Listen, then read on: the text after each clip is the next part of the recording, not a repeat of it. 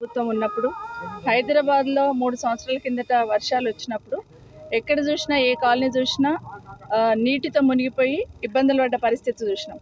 ఆ రోజు వర్షాలతో మునిగిపోయిన ఇళ్ళ వాళ్ళందరూ కూడా ఒక 10,000 కూడా అట్లా ఇచ్చి వాళ్ళ కనీసం ఇళ్ళనే క్లీన్ చేసుకునేకి వస్తాను ఉద్దేశంతో ఆ రోజు ఇచ్చి కాపాడుకోవడం జరిగింది. కానీ ప్రతిసారి వర్షం వచ్చినప్పుడు ఇలాగే చేస్తే ఇబ్బంది అవుతుంది జనాలకని ఆలోచించి శాశ్వత పరిష్కారం ఏంటో తీసుకోండి అని ఆ రోజు కేసీఆర్ గారి ఆదేశంతో గౌరవ మంత్రివర్యులు మాజీ మంత్రివర్యులు కేటీఆర్ గారు ఒక యాక్షన్ ప్లాన్ తీసుకున్నారు. అంటే హైదరాబాద్ సరౌండింగ్స్లో ఉన్న మున్సిపల్ కార్పొరేషన్స్లలో మున్సిపాలిటీస్లలో చెరువులకు లింక్ ఎట్లా ఏర్పాటు చేయాలనే దాన్ని బేస్ చేసుకొని ఆ రోజు తీసుకున్న నిర్ణయంతో ఎస్ఎన్డిపి నాలలు హైదరాబాద్ చుట్టుపక్కల ఉన్న GHMC area and surrounding municipalities అన్ని కూడా కలిపి దాదాపుగా 1,200 కోట్ల వరకు ఎస్ఎన్డిపి నాలలు తీసుకోవడం జరిగింది. దీనివల్ల ఎంతసేపు అయింది అనేది ఈరోజు నేను తిరిగి వస్తూ ఉంటే ఈ ఒక్క ఎస్ఎన్డిపి నాల పోచమ్మకుంట నుండి పెద్ద చెరువు వరకు ఏదైతే మీర్పేటలో ఉన్న పెద్ద చెరువు వరకు ఎస్ఎన్డిపి నాలా చేస్తున్నామో ఇక్కడున్న కాలనీలన్నీ కూడా ఈ ఒక్క ఎస్ఎన్డిపి నాలా తీసుకోవడంతో దాదాపుగా 75 నుండి 80 కాలనీలు సేఫ్ అయినాయని చెప్తా ఉన్నారు. చాలా సంతోషం అనిపించింది.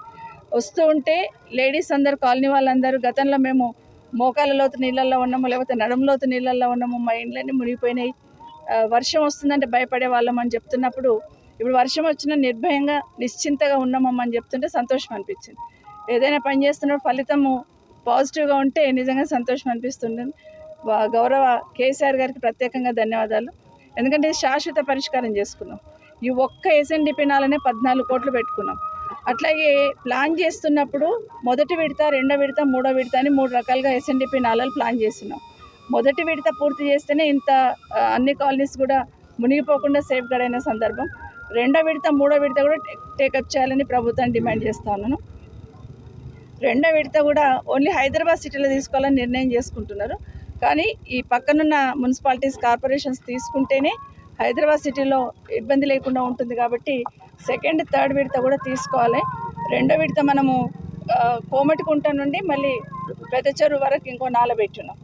సో ఇవి 2 పూర్తి అయిపోతే అది 9 crores, 14 crores. ఇవి 2 పూర్తి అయిపోతే ఈ అల్మాస్ కూడా ఈ ఏరియా గుర్రంగూడ వరకు ఎక్కడ కూడా నీళ్లు నిలబడకుండా ఎంత పెద్ద వర్షం వచ్చినా కూడా ఇబ్బంది లేకుండా ఉండే అవకాశం ఉంటుంది.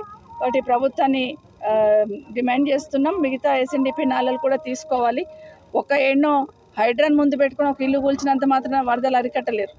ఎందుకంటే మన గౌరవ ముఖ్యమంత్రి గారు మాట్లాడుతూ ఎక్కడో రామ్నగర్లో ఒక ఇల్లు కూల్చేశాను కాబట్టి హైదరాబాద్లో వరదలు రాకుండా ఉన్నాయన్నట్టు మాట్లాడున్నారు. అది వాస్తవం కాదు.